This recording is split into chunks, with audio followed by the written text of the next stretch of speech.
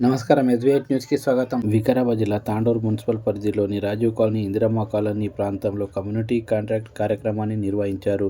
ఈ కార్యక్రమానికి ముఖ్య అతిథిగా హాజరైన తాండూరు డీఎస్పీ నర్సింగ్ యాదయ్య మాట్లాడుతూ, ప్రజల్లో పోలీసుల సరైన సంబంధాలు ఉండాలని, అదేవిధంగా పోలీసులతో ప్రజలకు కూడా సంబంధాలు, ఎక్కడ ఎలాంటి కార్యక్రమాలు జరుగుతున్నాయో తెలుస్తుందని అన్నారు.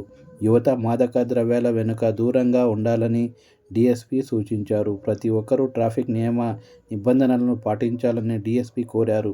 ప్రతి ఒక్కరూ తమ పిల్లలకు విద్యాబుద్ధులు నేర్పాలని డీఎస్పీ సూచించారు. ఈ కార్యక్రమంలో నియోజకవర్గంలోని తాండూరు రూరల్ సిఐ, ఎస్ఐలు, ఇందిరమ్మ కాలనీ వాసులు తదితరులు పాల్గొన్నారు. కూడా మేము తెలుసుకొని మీకు ఎటువంటి అపాయం జరగకుండా ఉండేందుకు ఈ ప్రోగ్రాం నిర్వహించడం జరిగింది. ఈ ప్రోగ్రాంకు మేము మినిమం ఒక 60 మంది సిబ్బందితోటి గౌరవ డిఎస్పీ గారు, సిఏ గారు, మళ్ళీ టౌన్ సిఏ గారు, 6 మంది 7 మంది ఎస్ఐలము పాల్గొనడం జరిగింది. ఈ కార్యక్రమాన్ని ఉద్దేశించి సిఏ గారు మాట్లాడాల్సింది. కాలనీలో కమ్యూనిటీ కనెక్ట్ కార్యక్రమంలో సందర్భంగా తాండూరు డిఎస్పీ గారు, యాదయ్య సార్, నేను, టౌన్ సిఏ గారు, మా యొక్క డివిజన్ ఎస్ఐలు, సిబ్బంది అంతా పాల్గొని ఇక్కడ ఎవరైనా అనుమానాస్పదంగా ఉన్న వ్యక్తులు కానీ, అసాంఘిక కార్యక్రమాలకు పాల్పడే వ్యక్తులు కానీ ఉన్నారా లేరా అనేది అంతటా వెరిఫై చేసి చూసాము. ఎవరైనా అసాంఘిక కార్యక్రమాలు కానీ, మీకు అనుమానాస్పదంగా కానీ కనిపించే వ్యక్తులు ఎవరైనా ఉంటే ఎంబడే మాకు సమాచారం ఇచ్చి నేరాలు జరగకుండా అరికట్టడంలో మీ యొక్క తోడ్పాటు అందించగలరని చెప్పి కోరుతున్నాము. అదేవిధంగా మాదక ద్రవ్యాలు, ఇతర మత్తు పదార్థాలు, వాటి సమాచారం ఏదైనా ఉన్నా కానీ ఎంబడే మాకు తెలియపరచాల్సిందిగా కోరుచున్నాం. ఉండాలని, మీకు ఎటువంటి అపాయం జరగొద్దనే ఉద్దేశంతో మీ యొక్క ప్రాంతానికి వచ్చి మీ యొక్క ప్రాంతంలో ఈ ప్రోగ్రాం నిర్వహించడం జరుగుతుంది. కాబట్టి దాన్ని ఉద్దేశించి మన గౌరవ డిఎస్పీ సార్ గారు మీకు సూచనలు, సలహాలు చేస్తాడు. దాన్ని మీరు వినాలని కోరుతున్నాం. ఈరోజు మీ అందరినీ కలుసుకోవడం చాలా సంతోషంగా ఉంది. ఎందుకంటే మన లాస్ట్ ఇక్కడ కళాబృందం, డిస్ట్రిక్ట్ కళాబృందం కూడా వచ్చింది. ఆ రోజు కూడా మీతో రావడం జరిగింది. ఇంతమంది మాత్రం కాంటాక్ట్ కాలేకపోయారు. ఓన్లీ కొంతమంది లేడీస్ మాత్రమే వచ్చారు. ఆ రోజు ఈవినింగ్ అవర్స్ కాబట్టి మీరంతా బిజీ ఉండొచ్చు. సో ఈరోజు మీ అందరినీ కలుసుకోవడం చాలా హ్యాపీగా ఉంది. ఎందుకంటే మా గురించి మీకు తెలవాలి, మేము ఎవరం, నా ముఖం నీకు తెలవాలి. ఫలానా సార్, ఈయన ఎస్ఐ సారు, ఆయన సిఏ సారు, ఈయన డీసీ సారు అని మీకు తెలవాలి. తర్వాత మీరు కూడా కొంతమంది మాకు తెలవాలి. ఎందుకంటే ఫలానా నజీరు, జాబీద్ అని ఇట్లా ఒక 10 మంది మేము మిమ్మల్ని పేరు పెట్టి పిలవగలితే ఈ ఏరియా మీద మాకు ఫలానా అని జస్ట్, ఎందుకంటే మీతో మాకు కాంటాక్ట్ అయితే, పబ్లిక్తో కాంటాక్ట్ అయితేనే మాకు ఇన్ఫర్మేషన్ వస్తుంది. మళ్ళీ మీరు కూడా మాకు కూడా ఈసారి ఎవరో ఆయనకి ఏం చేయాలనో వద్దో, ఫోన్ చేయాలనో వద్దో అని చెప్పి ఒక రకమైన ఫీలింగ్ ఉంటుంది. ఆ భయం అనేది మీకు కూడా ఉంటుంది. కాబట్టి అట్లా కాకుండా ఏదన్నా జెన్యూన్గా ఉండి, అన్వాంటెడ్గా ఏదో తాగి అర్ధరాత్రి ఫోన్ చేసి ఓ చల్ रहा साहब, ये चल रहा साहब అని ऐसा नहीं करना. जो भी है जेन्युइन इन्फॉर्मेशन. మళ్ళా మొన్న ఇప్పుడు రీసెంట్గా ఇక్కడ ఒక మర్డర్ అయిపోయింది. అది అనవసరమైన మర్డర్, మీ అందరు తెలుసు. ఎప్పటికీ అక్కరాని మర్డర్ అది. దానికి తాగుబోతులు చేసిన ఇది. కాబట్టి ఈ ఏరియాలో మాకున్న ఇన్ఫర్మేషన్ ఏంటంటే బాగా కొంచెం మద్యం, ఇది డ్రగ్స్ అంటే మీరు కొంచెం మంది గంజాయి కూడా తీసుకుంటున్నట్టు ఇన్ఫర్మేషన్ ఉంది. తర్వాత మందు తాగేటోళ్ళు ఉన్నారు. సరే, తాగడం అనేది తప్పులేదు. గవర్నమెంట్ ఈజ్ ఓపెన్, ఇది బ్రాండ్ ఐటమ్ కాదు, ఇది సేల్డ్ ఐటమే. కాబట్టి మనం ఏంటంటే తీసుకొని వచ్చి రోడ్ల మీద తాగి న్యూసెన్స్ చేసిన కంటే ఇంట్లో వచ్చి తాగి మంచిగా ఇంట్లో హాయిగా పొద్దుదా కష్టం చేస్తారు. కాబట్టి అలవాటు ఉన్నోడు తాగడంలో తప్పేం లేదు. ఇదే మన గవర్నమెంట్ ఏం బ్యాన్ చేయలేదు, గవర్నమెంట్ ఏం ఇది చేయట్లేదు. కాబట్టి అది చేసుకోవచ్చు. కానీ న్యూసెన్స్ చేయకుండా ఎవరింట్లో వాళ్ళు, ఎవరు భార్య పిల్లలతో వాళ్ళు హ్యాపీగా పొద్దుదాకా అందరం కష్టం చేసి వస్తాము, అలసిపోతాము. వాడు అలవాటు తాగొచ్చు, అలవాటు లేనోడు తినచ్చు కూడా ఉండాలి. తర్వాత రోడ్ల పైన వస్తాడు. ఎందుకంటే మీరు మ్యాక్సిమం ఆటో డ్రైవర్లు, తర్వాత ఇతరత్ర కూలీనాలు చేసుకుంటూ ఎక్కున్నారు ఇక్కడ. కాబట్టి మనం పొద్దున్న లేచి పోతాం. ఈ ఆటోలలో కూడా ఫుల్ ప్యాక్డ్గా కాకుండా కొంచెం డ్రైవర్ కంట్రోల్ ఉంటట్టు. ఎందుకంటే మొన్నే రీసెంట్గా మన చేవెల దగ్గర బస్సు యాక్సిడెంట్ అయింది. 20 మందిని నిండు ప్రాణాలు మన తాండూరు వాసులు కూడా పోయింది. కాబట్టి ఒక్కసారి మనిషి పోయిన తర్వాత ఆయన మళ్ళీ చూడలేము, మన దగ్గర రాలేడు. బతికుంటే ఏ విధంగానన్నా బతుకుతాం. ఇప్పుడు ఈ ఆటోలో 20 మంది ఎక్కే బదులు ఇంకో 10 నిమిషాలు వెయిట్ చేసి ఇంకో ఆటో వస్తుంది, ఇంకో 10 నిమిషాలు వెయిట్ చేస్తే ఇంకో ఆటో వస్తుంది. సరే, ఆటో డ్రైవర్కి ఏమనిపిస్తుంది, నాకు ఒకేసారి గిరాకీ కావాలనే ఆశ ఉంటుంది. కానీ ఆశ ఉండాలి, కానీ అత్యాశ వద్దు. దాని 5 కెపాసిటీ, 6గురిని మ్యాక్సిమం 7గురిని ఎక్కించుకోవాలి. అంతేగాని దాన్ని కూడా మేము చూసినట్టు డీజిల్ ఖర్చు ఉన్నాయి, అది ఉందని అనుకోగలుగుతాం. కానీ ఒకేసారి దాంట్లో 20 మందిని కూర్చోబెడతారంటే ఇట్స్ నాట్ ఎక్స్క్యూజబుల్. కాబట్టి అందరూ కూడా ఈ ఆటో డ్రైవర్ ఇదని కాదు, అన్నీ కూడా లిమిట్గా చేసుకోండి. మనిషి ఆశాజీవి కాదని అనట్లేదు, ఆశ అనేది అందరికీ ఉంటుంది. కాకపోతే అత్యాశ, గ్రీడీనెస్ అనేది ఎవరికి ఉండదు. సో అట్లా ఉండి మన కమ్యూనిటీలో మీ దగ్గర, ఎందుకంటే అన్ని ఫెసిలిటీస్ ఇచ్చిన తర్వాత కూడా మీరు పిల్లల్ని, ఇంకా నేను ఆటో డ్రైవరు, ఒక ఆయన రిక్షా డ్రైవరు, ఒక ఆయన మెకానిక్, ఇంత ఫెసిలిటీ మా గవర్నమెంట్ ఇచ్చిన తర్వాత మీ పిల్లల్ని ఎందుకు చదివిపిస్తలేదు? ఇప్పుడు ఫ్రీగా మైనార్టీ అమ్మాయిలకు స్కూల్ ఉంది, అక్కడ స్కూల్స్ ఉన్నాయి, రెసిడెన్షియల్ స్కూల్ ఇస్తుంది, అన్నం ఇస్తుంది, ఫుడ్ ఇస్తుంది, బట్టలు ఇస్తుంది, బుక్స్ ఇస్తుంది. ఎందుకు చదువుకోలేకపోతున్నారు మన పిల్లలు? అంటే మిమ్మల్ని చూసి మీరు గుట్కా వేసుకుంటే మీ కొడుకు వచ్చి గుట్కా వేసుకుంటుంది, నువ్వు బీడీ తాగితే నీ కొడుకు వచ్చి బీడీ తాగుతున్నాడు, నువ్వు డ్రైవ్ చేస్తుంటే వస్తే నువ్వు ట్రిపుల్ రైడింగ్ పోతే వాడు కూడా నీ వెనకగా అయ్యని చూసి ఏమంటాడు, ముందర ఏమంటారు వెనకడికి, ముందర నాగలి పోతే వెనకాల అదే వస్తుందని చెప్పేసి.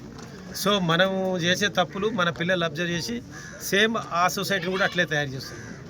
ఒక జనరేషన్ టు జనరేషన్ మారుతూ ఉండాలి. మనం కొంచెం చదువుకున్నాం, మన నాన్న చదువుకోలేదు, మనం కొద్దిగా ఒక 10th ఇంటరో డిగ్రీయో ఏదో చదువుకున్నాం. సో మనకు కొంచెం జ్ఞానం పెంచుకోవాలి.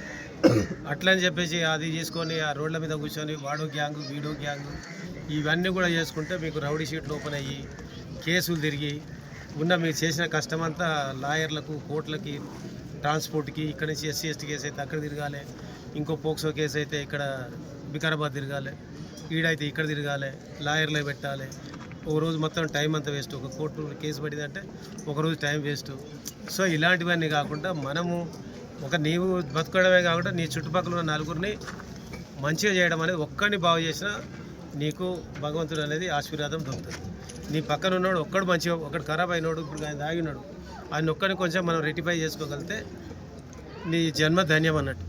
కాబట్టి మనమందరం కూడా సో ఇట్లాంటి నాకేం బాధ్యత, మనం ఒకటే హక్కులే కోరుకోవద్దు గవర్నమెంట్ నుంచి, హక్కులతో పాటు బాధ్యతలు ఉండాలి. మనం గవర్నమెంట్ రూల్స్ లేదంటే నువ్వు చెత్త వేస్తే గవర్నమెంట్ చూడాలి, డస్ట్బిన్ పెట్టింది డస్ట్బిన్ వేయాలి. గవర్నమెంట్ ఆడేసి కాదు ఇంత చెత్త వేసుకున్నారు, చెత్త వేసినంటే అది నీకు రెస్పాన్సిబిలిటీ ఉంది కదా.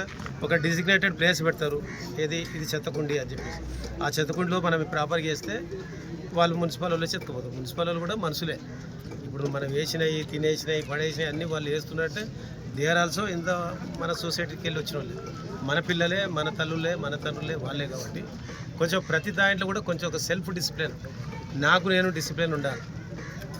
అట్లా అని చెప్పి నేను పోతే ఆడదీసి అడుగు చేస్తా, మున్సిపల్ వాళ్ళు ఎత్తుకుపోతున్నాయి కదా, మున్సిపల్ వాళ్ళకి క్యా కర్రే, ఓ నై నికాల్ రే అని బ్లేమ్ చేయొద్దు దయచేసి. ఎవరు కూడా మన బాధ్యత కూడా ఎంతవరకు ఉంది, మన పరిసరాలు మనం క్లీన్గా పెట్టుకోవాలి, మనం హెల్తీగా ఉండాలి, మనకు దోమలు రావద్దు, ఈగలు రావద్దు, మన ఫుడ్ మీద ఈగలు ఆలొద్దు, వేరే వానికి వచ్చి మన మీద పడద్దు.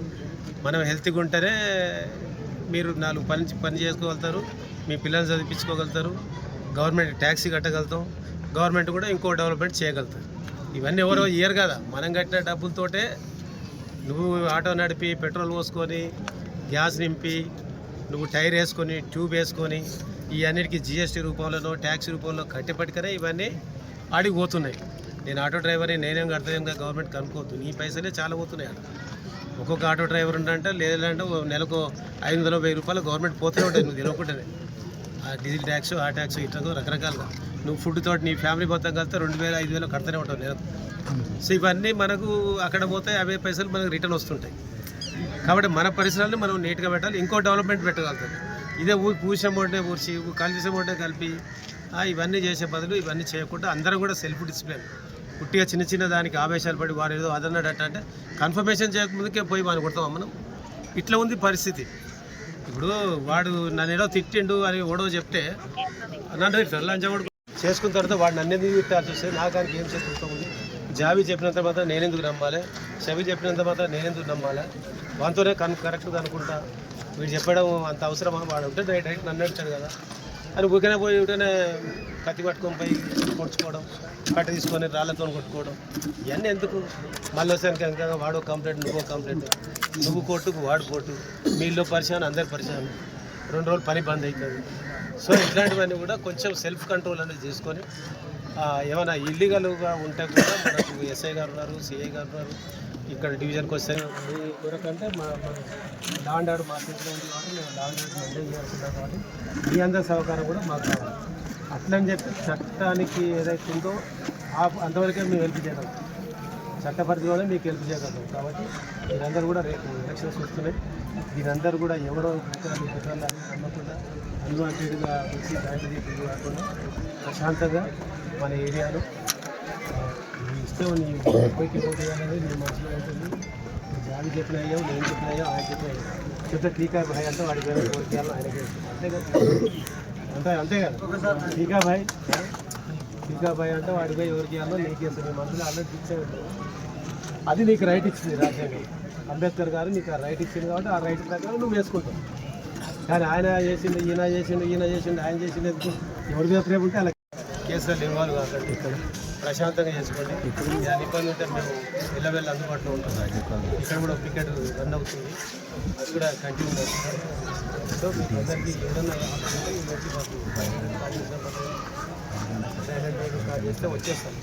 రెగ్యులర్ నైట్లో, ఎందుకంటే మేము కూడా పొద్దుదాకా మీలకు మనసులో కాసేపు తీసి పడుకుంటాం. కానీ డైరెక్టర్ కాల్ చేస్తే నైట్ 12 వస్తారు. అంత కాల్ అయినప్పుడు మేము కూడా వచ్చేస్తాం ఒకవేళ కానప్పుడు. కాబట్టి అన్వాంటెడ్గా మనకి వాళ్ళు ఏదో ఊరికనే ఫోన్ చేసి చిల్లర కాల్ మాత్రం చేయకండి. డైరెక్టర్ అనేది మనం చాలా విలువైన ఫెసిలిటీ పబ్లిక్. ఒక యాక్సిడెంట్ అయింది, మంచి ఫెసిలిటీ అది డైరెక్టర్ అనేది చాలా మంచి ఫెసిలిటీ. దాన్ని మంచిగా యూజ్ చేసుకోవాలి, మిస్యూజ్ చేయాలి. చాలామంది అక్కడక్కడ మిస్యూజ్ చేస్తే వాళ్ళని పట్టుకోవడం, మళ్ళీ వాళ్ళ మీద కేసు పెట్టుకోవడం.